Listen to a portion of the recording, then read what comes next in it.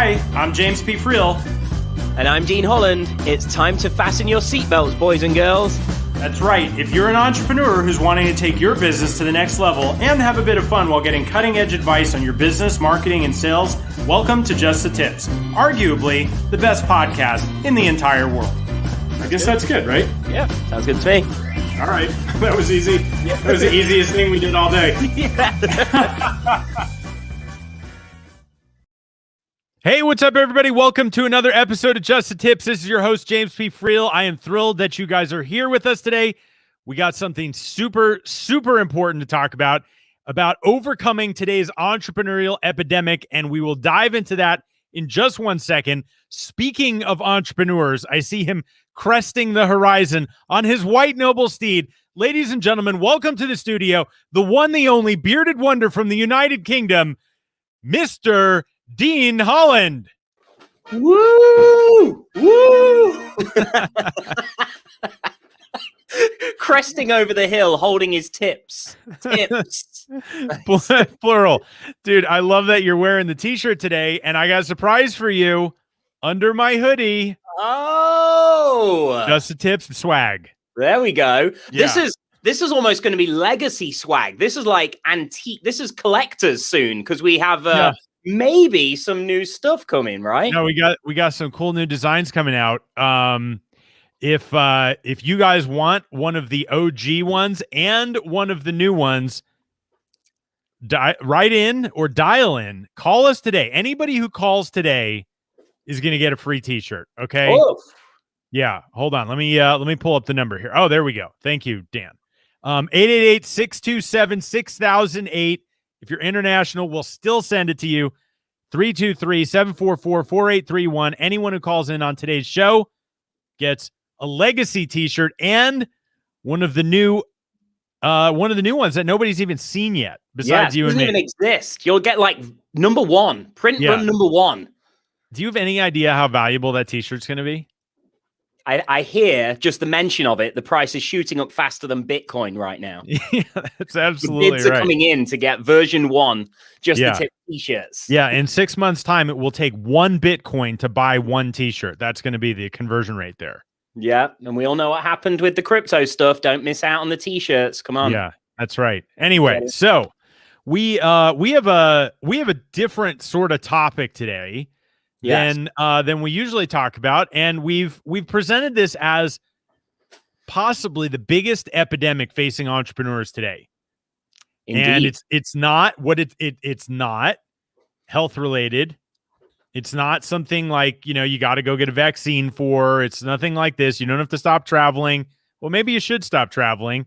But one of the thing that we're going to talk about today really is costing everybody who falls prey to this so much money, so much time, so much energy, and you can actually dramatically increase the size of your business by dealing with this epidemic straight on. What do you want to say about this before we actually say what it is? Well, I also think as well, I think it would be justified to go another step here and say this is quite probably something that very few people don't struggle with or don't at least encounter at some point. Yes. And I think, a lot of people stay stuck with it and don't actually get out of it. And a lot of people do get out of it, but they still find that they will revisit this problem. So I don't think there's a single person listening or watching right now that's not going to resonate with what we're going to talk about. So I think it should be a great show. Yeah, I think so too. So what we're talking about, I don't have a drum roll here. I'm going to need to get like a sound effect. You do have drums. I do. They're all the way in the back, though. I'd have to get off the mic. I'd have to go do my own drum roll. It'd be super anticlimactic. So I'm just going to say the number one thing that we believe is slowing entrepreneurs down today is shiny object syndrome. SOS. Ooh, SOS indeed. SOS. All right. So what is shiny object syndrome? You want to give people a clue as to what we're talking about here?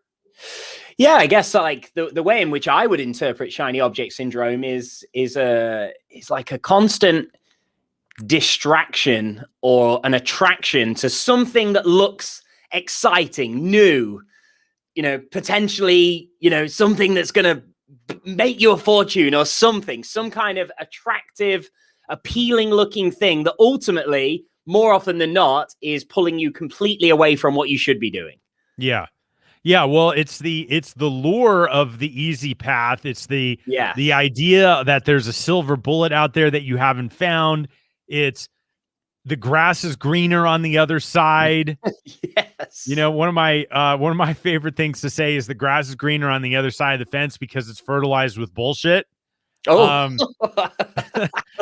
like that. I like that a lot. Yeah. And but this is a real issue because most of us would make much faster progress by executing on what we have in front of us instead of stopping and then going over here and starting something else that sounds exciting. And I think and there's a couple things that I really want to get into on this topic today with you. One of them is the whole reason, like, why does this happen in the first place? So I'm, as you know, I'm very much a let's get to the root of the problem type of guy. Oh, I thought he was going to say douchebag. Right. No, that as well. Absolutely. Right. Only guilty by association, though, particularly when I do this show. Damn it, you're too quick sometimes. But if we want to get to the root of the problem, like, because I think it's one thing to say, okay, stop chasing shiny objects. And everyone's going to be like, I know I should stop chasing shiny objects. Yes. Right. But there's a reason why we do it. Right. And I want to be totally clear. I know exactly 0 entrepreneurs who don't struggle with shiny object syndrome. Yeah, myself too. I think even the ones that I might even perceive like, no, they're the rare person. They seem, because I think we could all probably name a few people. I mean, we've had guests like this on the show that I look at them sometimes and I think, like, you are so focused. You never appear to be distracted. Like I just have this vision that you wake up at like 6 a.m. You're in the office, you've got your jobs done, and you're just almost like a robot. I see these rare people like that, but I bet still deep down, they have their moments. I bet they're still there. They're just minimal, but they still have them. So I think, I think it would be right that 0% of people don't struggle with this. But, I think it's interesting. One of the things, so I massively had struggled with these problems when I was first starting in business. It was like everything I saw was like a shiny object, a silver bullet. It was like, well, that's got the answer to everything I ever want. And I just kept doing this for at least 4 years, actually. And I used to think, like, I'm sure when you're successful and you've got the financial success behind you, the business success, that probably those problems go away. And I actually think it's the opposite now. They get worse. I think it does get worse because I think you actually, once you start learning what you're doing in business, you now start seeing all the opportunity that does actually exist. And it's almost like every possible thought you have becomes a shiny object because deep down there is probably something valuable in a lot of the ideas you have, but it can be a real problem. Yeah. Well, I think you're right. I think it does increase. It increases with success and the ability to create success, because then you start seeing more possibility and more opportunity everywhere. Yes. Right. Like we were just talking before we got on the show about the new t-shirts with our producers, Dan and Doug. And they're like, oh man, the new t-shirts are awesome, which they are. So you should call in. They really get are. One. But the comment was, oh, we should turn those into mugs. I was like, oh, we could turn those into mugs. And then in 5 seconds, in my mind, we've got a Shopify store. We're selling merchandise. Like, it's an entire industry, right? Right. Because like once you figure out how to sell stuff, then you're like, wait, what can't I sell? Right. And I've sold everything online, from flowers to hats to paintings to info products to like you name it. And so he's like, oh, you should sell mugs. I'm like, that's a great idea. Wait, I'm getting on a show right now to talk about shiny object syndrome. I got to be careful, right? And sometimes these things do have real strategic value, and so you should entertain them. But I think that's one of the critical pieces is is what you're trying to say yes to, or the shiny object, as it were, does it strategically align with what you're currently doing, the path that you're currently on, or is it a detour? And I think sometimes that's hard for people to answer. And so I'm curious, like, how do you define the shiny object? It's a good question, because I think, looking back, I would say like 10, 15 years ago, it was, for me at the beginning of my journey, maybe it was right to say yes to almost everything because I didn't really know what I was doing or what direction I was going to go. And so it was like, okay, let me try everything and just see where I end up and see where I feel good about and see where I want to pursue. But I think today it's more a case of saying no to everything. Yeah. It's kind of gone the opposite way. So I think, what was the question? Oh my God. What did you just... Somebody get me a new co-host, please. How do you define it? Well, you brought up an interesting thing though, with what you just said. And I think that when you're starting out, there's a different goal in mind when you're starting out, right? Like if I'm, I have no business, no sort of, side hustle or anything like that, then you should be in somewhat of an exploration stage. Right. And when you're exploring, you're finding things that interest you, you're finding things that the market wants, and so on. And the goal of that exploration stage really at the very beginning is, in the VC world, they call it product market fit. Right. We got a cool product or service, like whatever it is. We found a market and there's a fit between those two things. Right. And you have a product market fit when people are buying your thing and you're able to replicate the sales, right? It's not just like a fluke. It's not just a one-off thing. And trying to get to that product market fit sometimes, in most cases, in fact, requires an extraordinary sense of experimentation and exploration. And so in that case, the shiny object syndrome might be a good thing. True. Right? Yeah. But once you establish your product market fit, then you stop needing to be quite as experimental with certain things, and you have to become more disciplined with saying yes to ideas or no to ideas. And then there's other things that you start experimenting with, like how do you optimize and how do you grow past where you are already? And at that point, that's where you got to be like, all right, is this part of our core, or is this a distraction? And I think that's where it's really important to kind of understand the difference and where you are right now. And and whether shiny object syndrome is bad for you or it's like kind of okay for you at that point. Yeah, very true. Yeah, I think it could be simple just to say, like, if you can't sit there and say like, oh yeah, I have a plan right now. I have a plan to follow. If you're kind of in this phase where you're starting out and you're looking at options and pursuing things, and you're almost in a phase of discovery, I suppose, where it's like, I don't really have a plan right now. I know I want to do something. I don't really know what that thing is yet. And so I'm looking at different things. Then maybe the approach of like looking at what we might perceive in different scenarios as shiny objects might well be valid, might well be worthwhile. But yeah, I think like you say, once you can kind of feel like, okay, I have an idea of what I'd like to do. I have an idea of the direction I want to go in and what I want to accomplish.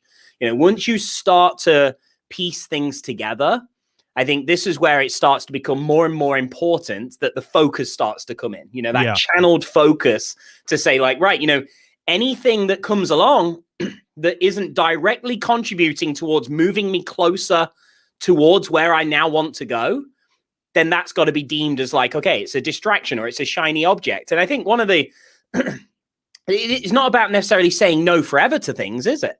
That's one of the things that I've learned, because I think there's a lot of, there's a lot of fear attached to a shiny object, in the sense of a fear of loss, a fear of missing out, a fear of saying no to something that in our head, we're telling ourselves, this might be the one, or this might be the thing. This might be the answer. This might have everything that I want. But I think, unfortunately, if you keep chasing those, this might be, unfortunately, you just end up continuing running around, right? It's like you're chasing your tail. It's like a dog running in circles. Well, So two things. So first, we're doing a t-shirt giveaway here for those of you guys who are listening. So the first 3 people to comment or call today will get a t-shirt. You'll get one of the old ones that Dean and I are sporting today. Ooh, Give us your tips. And then we've got a brand new design, which is pretty sick. It is pretty awesome. And these are like not the kind of crappy burlappy, scratchy t-shirts. I refuse to wear clothes that are scratchy or gross. Yes. These are like really great, like super soft, like tri-blend, like whatever all that cool stuff is. So comment, call. We want to give you guys some t-shirts. We want to hook you guys up. So I think one of the other things about shiny object syndrome that we need to talk about here is the myth that there's an easy path.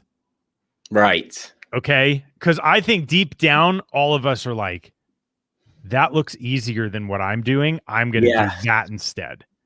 Right. Well, I think you've raised a really important thing, because I think like even the most seasoned people that have gone through hell and back to build successful empires and whatever, like there isn't a single person that doesn't want the greatest result with the minimum amount of effort required. Like, who does not want that? Like, if I want to lose weight or get in shape, what am I going to look for? I want the easiest way of doing that with the minimum amount of effort. Like, I want the fastest and easiest way to get in the shape that I want. In business, I want the fastest and easiest way to get the results that I want. Like, absolutely. Why wouldn't I want that? So by nature, we've got a battle. Even no matter how good you are at this stuff, how strict you are, how focused, the battle is always going to be there, because I believe that's ingrained in our DNA. Nobody says, well, I know the result I want and where I'd like to go.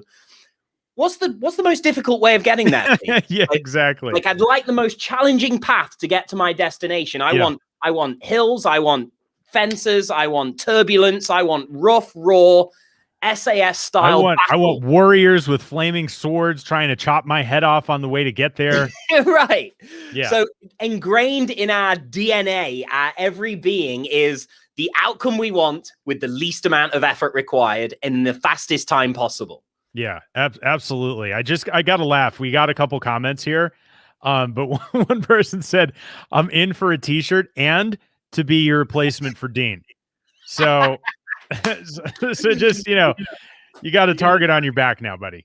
He says, you know me. I mean, your mastermind, James. So you've brought your friends here to basically get rid of me off the show. That's what's happening here. Hey, listen, you got to do what you got to do. No, I think you're right about this whole path of least resistance thing. And we're sort of wired for that. But the trouble becomes when we think there is an easy path versus a path that's not going to require work, because it doesn't matter what business you're in or what you're doing. You have to find customers. You have to sell those customers things. You have to have good service delivery. Like, all of these elements are true. And some businesses are seductive because they look to be easier from the outside. But then when you get inside, you're just like, oh man, there's a whole bunch of problems here that I didn't anticipate. Right. Yes. Like you guys have an e-commerce business, and I think it's faster to get to a higher level of revenue with a product. Right. A product that people want, obviously. But the cost on those products, keeping inventory in, the cash flow required, like all this, like there's pros and cons to everything. And I think that we get seduced by shiny objects because we don't thoroughly evaluate the good, the bad, the ugly that goes along with everything. Because you could have something that's got like all this good stuff that you see on the outside, but then there's all this ugliness or stuff that you'd rather not have to deal with after you get involved. And you're like, oh man, like if I only knew. And case in point to some of the stuff that we've been talking about a lot lately, the other reason that you get seduced into this is because everybody on social media isn't posting about all the crap that they're dealing with in their business. They're like, oh, I found the perfect business. Really? You did, huh? That's so amazing. It's so true. It's so true. And this is there's another side to this discussion that we can obviously definitely get into. And you and I both have also, we've got different ventures we're involved in, and one of those businesses that you and I both have independently is a sort of more training, coaching, consulting type business. We both have digital based products. We both have, consulting higher end type stuff. And, you and I, are two people that can sit here and be proud of the fact that we know and we can stand behind ethically everything that we do. And not only what we do, but the way in which we present and sell what we do.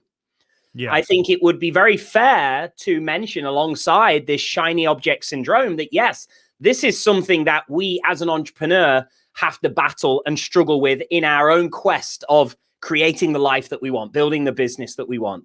But we also have the external battle as well as the internal, because the external fights that we have is that, coupled together with what I've just said, that internally, all of our desire is to get the best result with the least amount of effort deep down. But the problem is that there are a lot of people that are willing to sell into that desire. Yeah. There are a lot of people that are going to spoon feed you happily day after day. The desire that deep down you have, that I want the best result with the least effort. There is no shortage of people that are going to come along and say, just like you've said, I have the perfect answer with the least amount of effort. It's your lucky day. And they're going to spoon feed you that crap. $20 at a time, $30 at a time, $10,000 at a time, 10,000 at a time. And they're more than happy to sell into that desire. So I think there's another factor at play here that means we've got an internal battle of shiny objects, and we have the external factor of the actual shiny objects themselves, some of them in this sense. Yeah, absolutely. So let's talk a little bit about how do you manage this? I don't think you cure shiny object syndrome. I think you manage it. Oh, yes. Agreed. Because it doesn't go away. And like you said, even the most insanely successful people that I know still are like, all right, shiny object, not today. Right? Like there's this t-shirt I've seen. It says like, not today, Satan. It's like, not today, shiny object. Like, I'm going to stay the course. Right? Like it's cultivated discipline. But I think there's some ways to help cultivate that discipline. And first and foremost, the very number one thing that comes to my mind is, what is your goal? Like what is your goal? If the more you're clear on your goal, your outcome, what you're trying to achieve, the less likely, not, it's never going to happen, but the less likely you're going to become subject to going off on some rabbit trail somewhere because something seemed a little bit easier than what you were doing right now. Yes. Yeah, I think that's a fantastic point to start with, because I think this is what I think this is why it's probably tougher at the beginning, because we don't actually yet know where we're going or what we want. We've never actually sat down a lot of times when we're first starting out to think, like, why am I actually doing this? What am I actually doing this for? What's the end goal? What's the driver? What's the motivator? Because I think a lot of times we'll have surface level stuff. It's like, for me, surface level 15, 16 years ago, I'm sick of not having enough money to go on vacation with my friends. Like there was like the big reason in the world. Like, no, I want to build a business. No, I want to make an impact in the world. Nothing. Like straight up, I want to make more money to go on holiday with friends more. Like, that's it.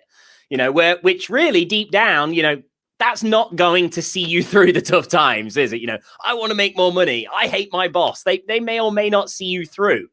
So I think it's so important to establish as soon as you possibly can, getting to the core of what it is you actually want to do. And then I put together with that, like, what are the real core reasons why you actually want to do it? Mm-hmm. This is actually, there must be about 600 copies around, but one of the chapters in my book, I give this analogy of doing this. In fact, you've probably got more than me, James. After you hid them all over my house, we're still finding them. They're like Christmas tree needles coming out of the carpet 7 months later after Christmas has come and gone. That's incredible. But inside of in one of the chapters of the book, I actually got the reference from the movie Shrek. Where like peeling off the layers of an onion It's like eventually you get to the core of the onion. And that's kind of what I always look at that we have to do is like you have these surface level outer reasons that you tell yourself of why you're doing what you want to do. But oftentimes these aren't the real drivers, you know, and sometimes it takes getting, I think, like really vulnerable with yourself. Because I think one of the things that I think a lot of people do, we BS ourselves. We refuse to be really raw and honest with ourselves, not with others. Like I'm talking about with ourselves. Any lie that you're telling other people, you first tell to yourself. Like first you have to sell yourself on that.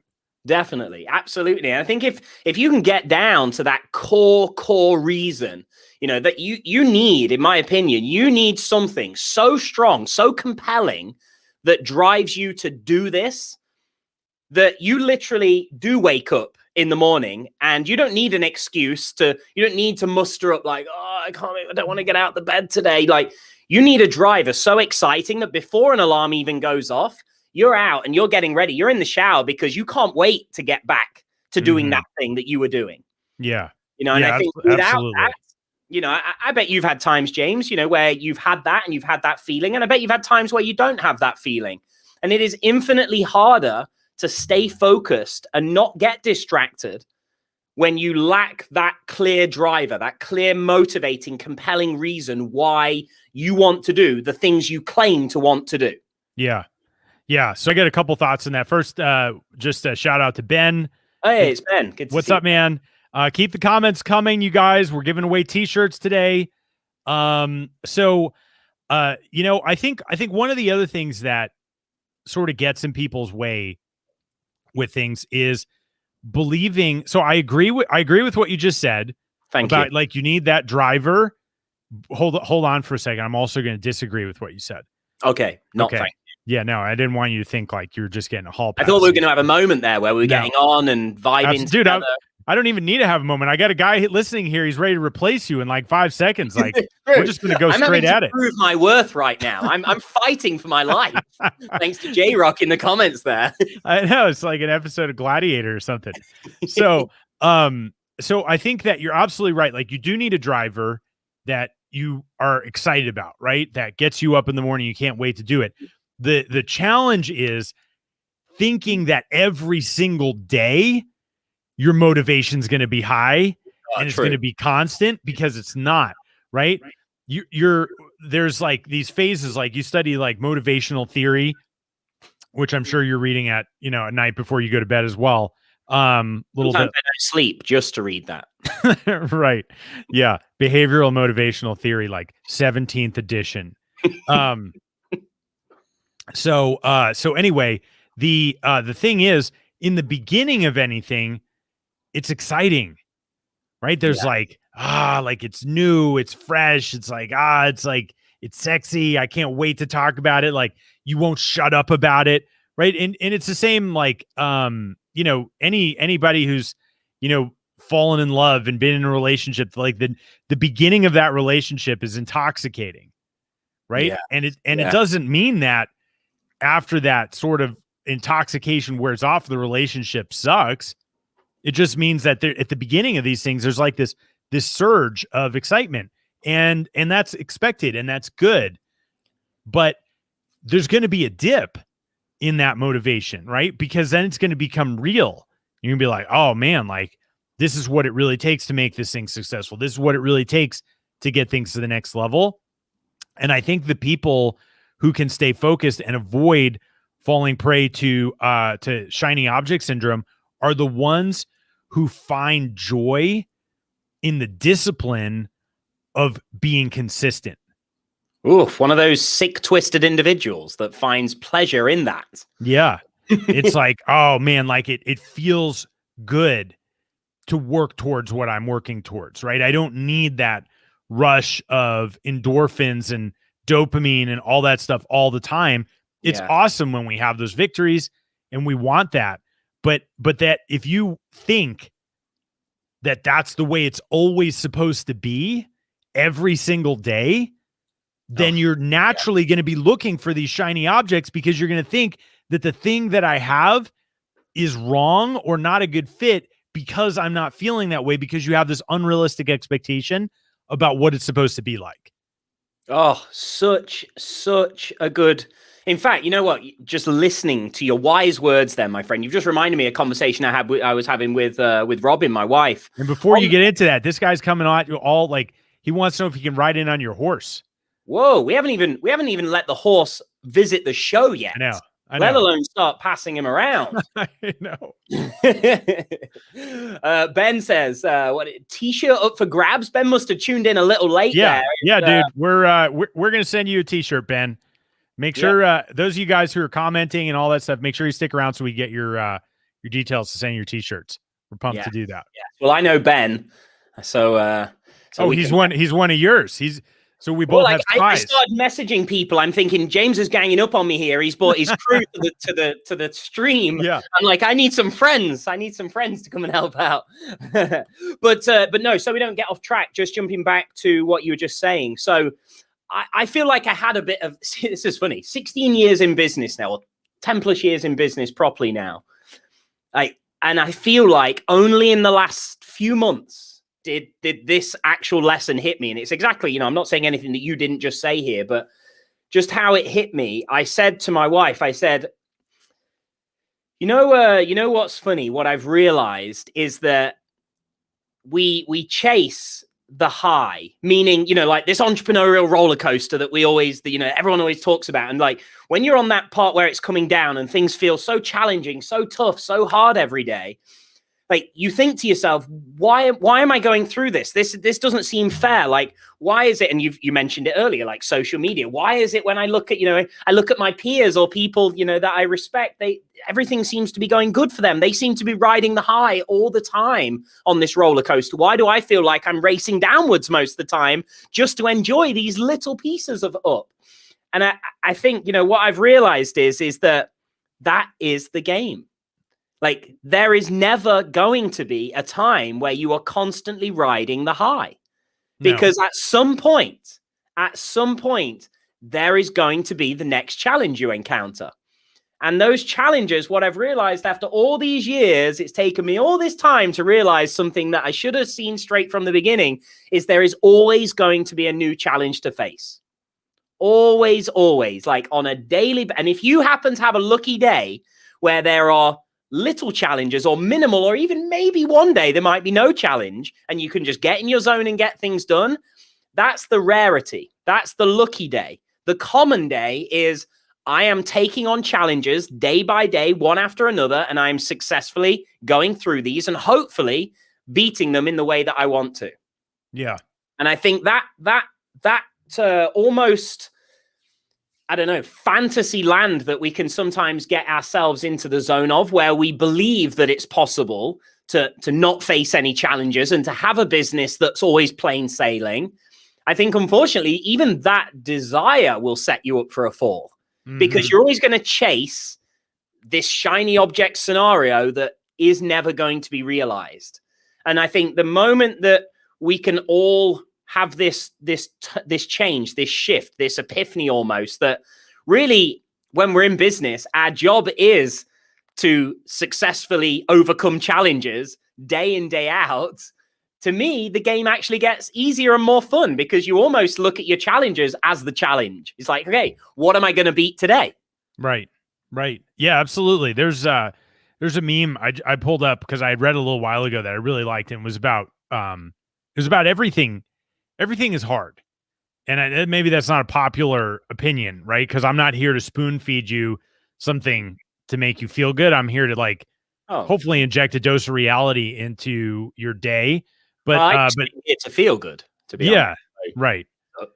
Well, so here's what it says. It said, marriage is hard, divorce is hard. Choose your hard. Obesity is hard. Being fit is hard. Choose your hard. Being in debt is hard. Being financially disciplined is hard. Choose your hard. Communication is hard. Not communicating is hard. Choose your hard. Life will never be easy. It will always be hard, but we can choose our hard. Pick wisely.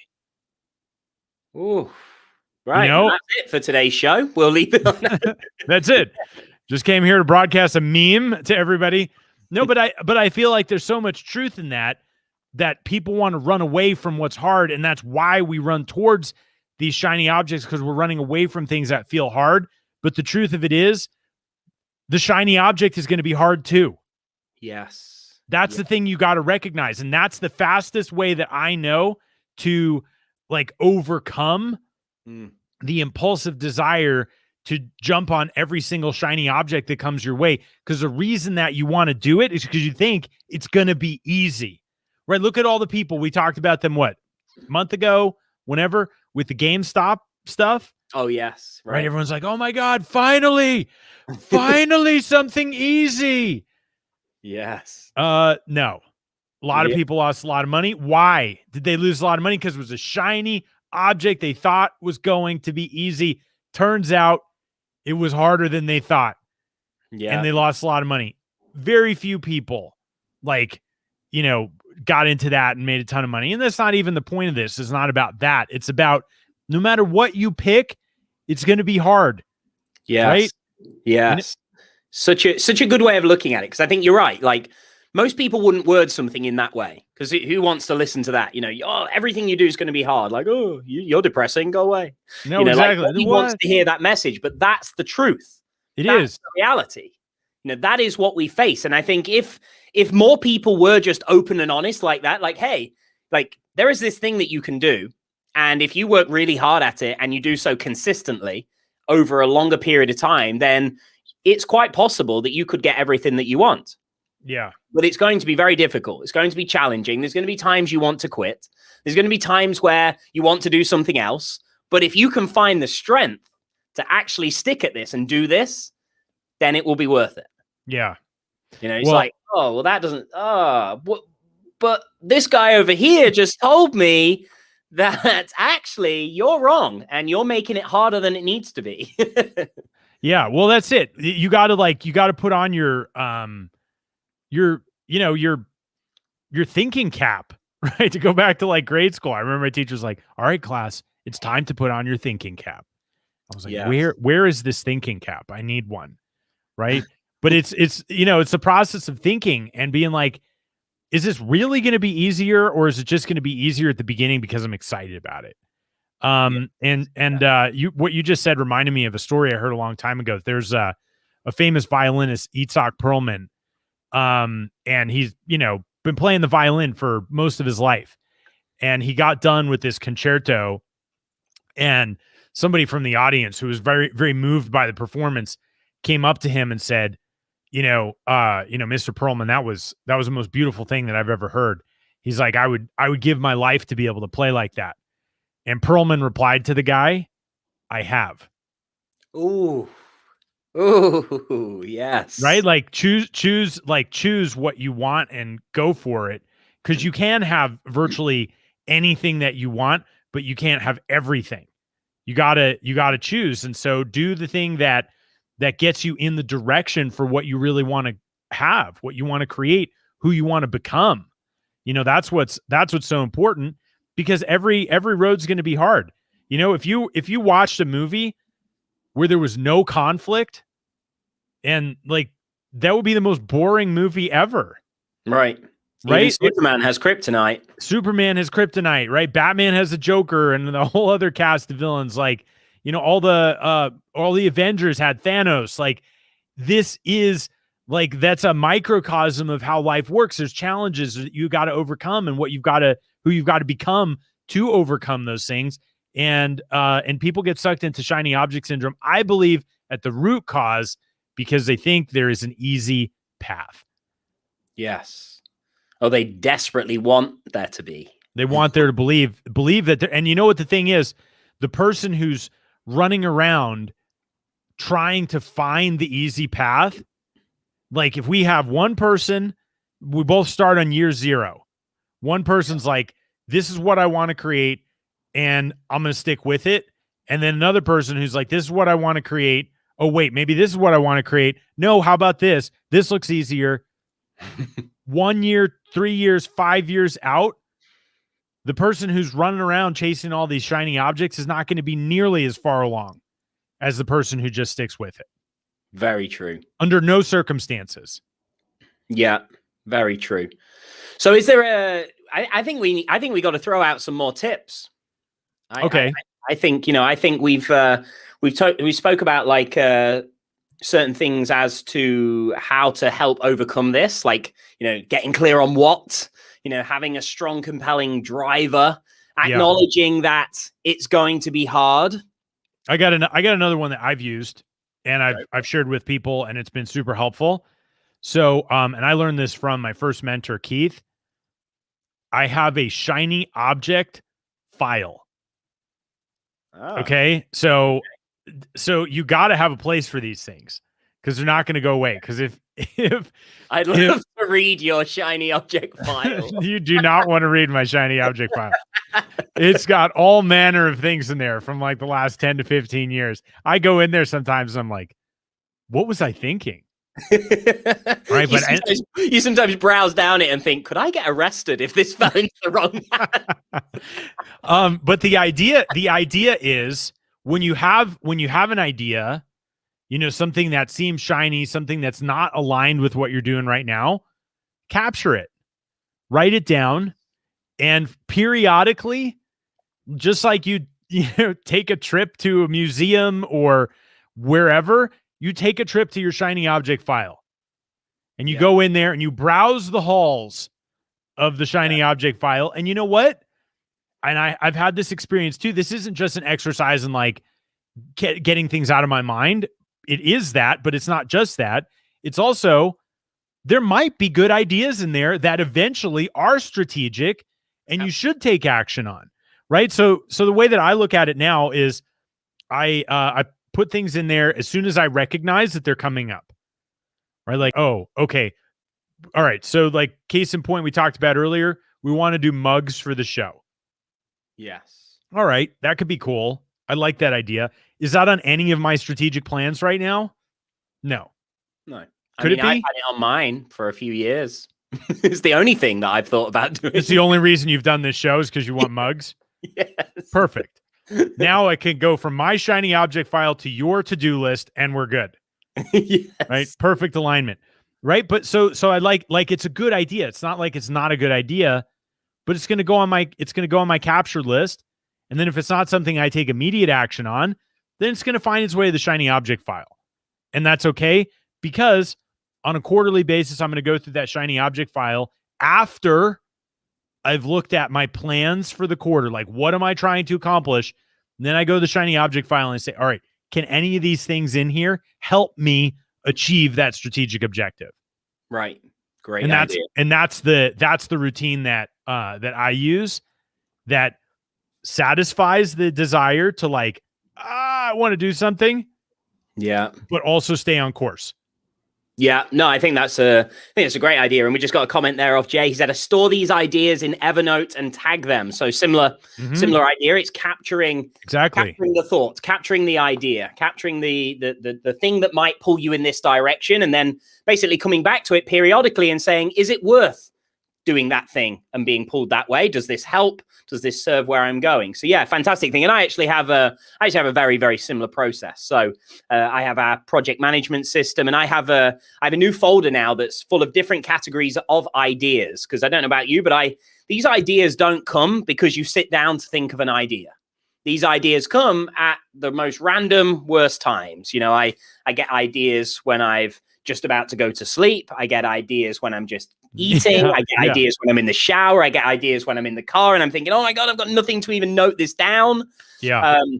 So I have these different categories now: ideas for ads, business ideas, marketing campaigns, like different ideas. And I capture it all now because I fully have learned more about myself. Like what you say, this really is about managing this deep down ugly desire to chase every new thing or opportunity that we come across.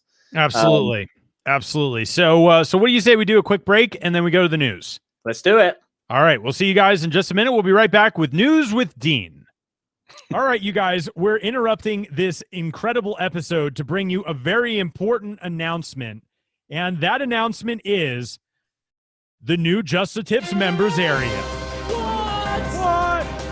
We've created a members area that has trainings right out of the gate from Dean and I on our best strategies to help you grow your business.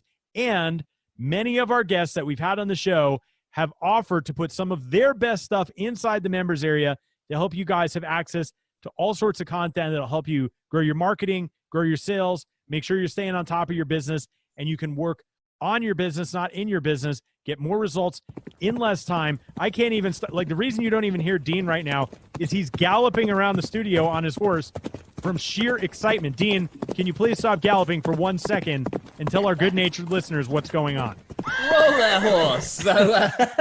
So if I can slow this thing down, there's only one place you got to go to get all this good stuff, and that is jttshow.com. That's jttshow.com. It's all free, and I think you're going to love it. We will see you guys on the inside of the new Just the Tips members area, jttshow.com. Now, back to our regularly scheduled programming. All right, well, there we go. So that's a little something for you guys. Make sure you go jttshow.com. Dean, what do you got in the news for us? Well, I just got to just complain about something quickly. Oh, wonderful. That's exactly what I was hoping for. Yeah. So I just don't know if this is right. Not yet having a news anchor introduction jingle video thing. I feel, this is like the most exciting. The fans are telling me that they turn up to the show purely for News with Dean. Really? You've heard that? Yes, and more recent feedback is they wish you just weren't here. So right. Okay. Well, I see this is the news has begun with a ambush, which is fine. And I honestly thought we were going to have some help from our listeners with the News with Dean jingle, but they've come up dry. Right. So I will have to create said jingle so as to not have to field this complaint in the future. Right. Consider it done. Thank you. You're welcome. All right, now can we get to it? So, News with Dean, there was a few things that I was contemplating discussing today. I know some of the great people on the team behind the scenes that help support us with the show. There was a few suggestions that came through all the way from, Elon Musk and his CFO officially changing their title, I hear, to something crazy. So we can definitely talk on that in the future when we know. I want to talk about it now. I just want to say his CFO's title. This guy's a Harvard MBA, and now he's officially changed his title for a publicly traded company from Chief Financial Officer to Master of Coin. I love that. That's amazing. That's like the best title ever. That is incredible. Personally, I can't remember off the top of my head what Elon's new title is. Maybe you have it in front of you, but I thought Master of Coin. I thought Master of Coin was actually cooler. It was more memorable. I think it's cooler. I think that's awesome. So Elon's is the Techno King of Tesla. All right, Techno King of Tesla. Yeah. Techno King. Okay. It doesn't sound as cool as Master of Coin. Master of Coin's where it's at. Yeah. Those guys definitely know how to stir things up, don't they? They know how to keep public attention. They also know how to make a lot of money. I guess the Master of Coin knows what he's doing. Yes. I guess he sits there and says, I really am the Master of Coin. Yeah. It's kind of hard to argue with that, isn't it? He's like, really I'm the Master of Coin. You're like, well, yeah. Okay, I guess you are. Yeah. I got nothing to say. It's very true. It's very true. All right, well, I don't want to derail you. Well, no, actually, I've hung on to this. This was what I was meant to talk about last week. Not because it's a huge discussion, but actually I want to see if it crossed your radar in the last sort of 10 days and what you think of it. So I'm going to say a few words. Quiz here. I'm going to say 5 words and see if it actually means anything to you. There are no other news anchors on the planet who put their co-hosts through this kind of nonsense. All right, 5 words. Women belong in the kitchen. What? What are you talking about? Okay, I don't know if this will show on the screen. Can you see this? Oh, Burger King. Did this cross your radar in the last couple of weeks? No, I hadn't seen that. Okay, so obviously, as you know, we have a cosmetics brand here in the UK, which is focused on women. So last week, I think it was last week, it was International Women's Day. Okay, so International Women's Day, it is what it is. But does that mean you get to celebrate when you dress up as burlesque, or like, are you not? It's actually the one day of the year I don't celebrate because I don't want to take all the attention away from. Right. Okay, all right, that makes sense. One of those situations. Of course. So some bright spark behind the Burger King team, and I mean, this must have all been discussed. They must have known what might come of this, but they decided to put out on the social medias, "Women belong in the kitchen." On International Women's Day? On International Women's Day. Holy hell. Right. Very quickly and rapidly did this thing go viral. Tens and tens of thousands of people sharing it. This is on Twitter? This was, I believe, on Twitter. Yes, this was on Twitter. Now, here's the irony, though. It was all part of a strategy of theirs, because what they also did, see, "Women belong in the kitchen" was the main post, but they followed it up with 2 separate comments underneath the post that went on to say, "If they want to, of course, yet only 20% of chefs are women. We're on a mission to change the gender ratio in the restaurant industry by empowering female employees with the opportunity to pursue a culinary career." Oh man, these guys are clever, huh? Well, clever. Did they catch a lot of flack for that? Well, here's the thing. How many times do you think, scroll through the comments to find the first comment that was written? Hardly ever. So all most people saw is "Women belong in the kitchen." They stirred the hornet's nest, huh? They stirred it, they poked it, and then they kicked it down the street a little bit. Yeah. And they did actually have to sort of come back in the end and make some kind of like a bit of an apology here, like, "Whoa, we got this wrong." But I question, did they actually get it wrong? Well, it depends on what their objective was. This is true. But they surely had to. They surely had to have sat down to get this approved in whatever channels that they would have had to go through. They must have said, "This is going to kick off bad." Well, in all fairness, I think it's like them and Pizza Hut and like a few of these other sort of like fast food restaurants that are pretty like edgy with their social media. Mm-hmm. Yeah. And so when you said that, I was like, oh man, like I hadn't heard it.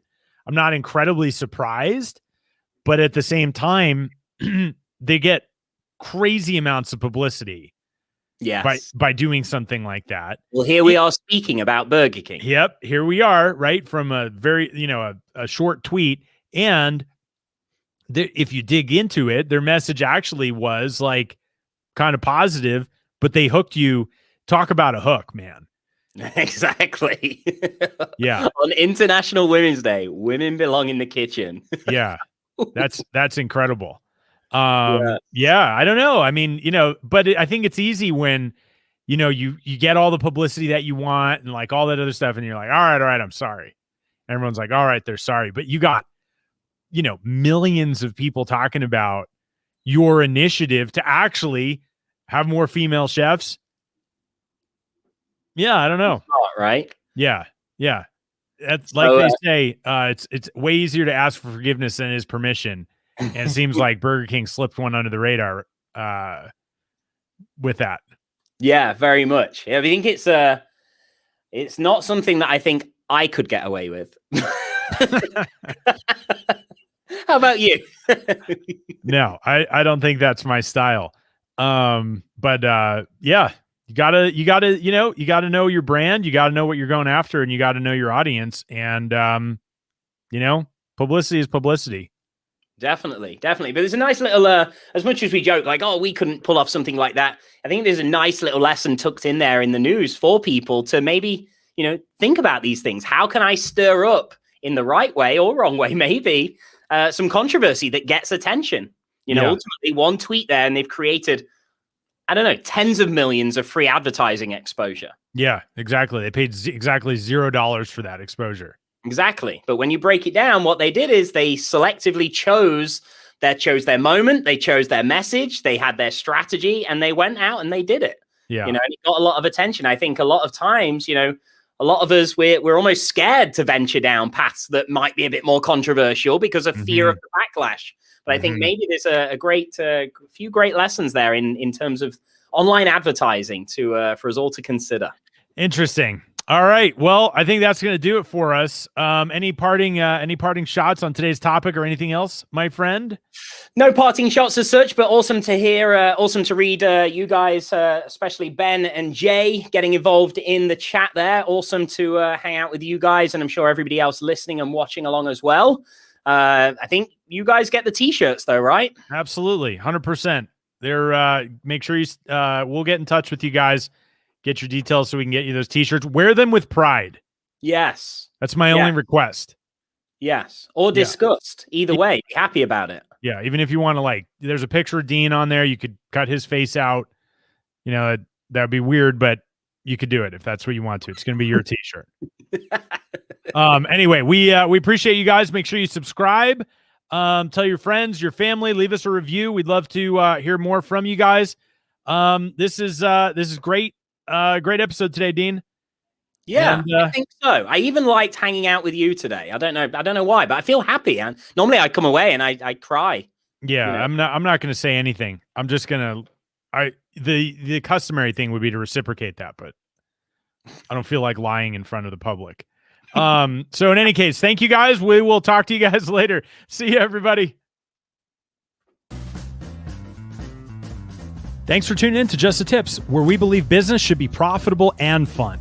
For show notes, links, and other information on our guests, visit justthetipsshow.com. For more information on how to connect with Dean Holland, visit deanholland.com. And if you'd like to go from being a hustling entrepreneur to an effective CEO, capable of running your company without being stuck in the day-to-day, visit me for free training and resources at jamespfriel.com. Our theme music is Happy Happy Game Show by Kevin MacLeod, licensed under Creative Commons by Attribution 3.0 license.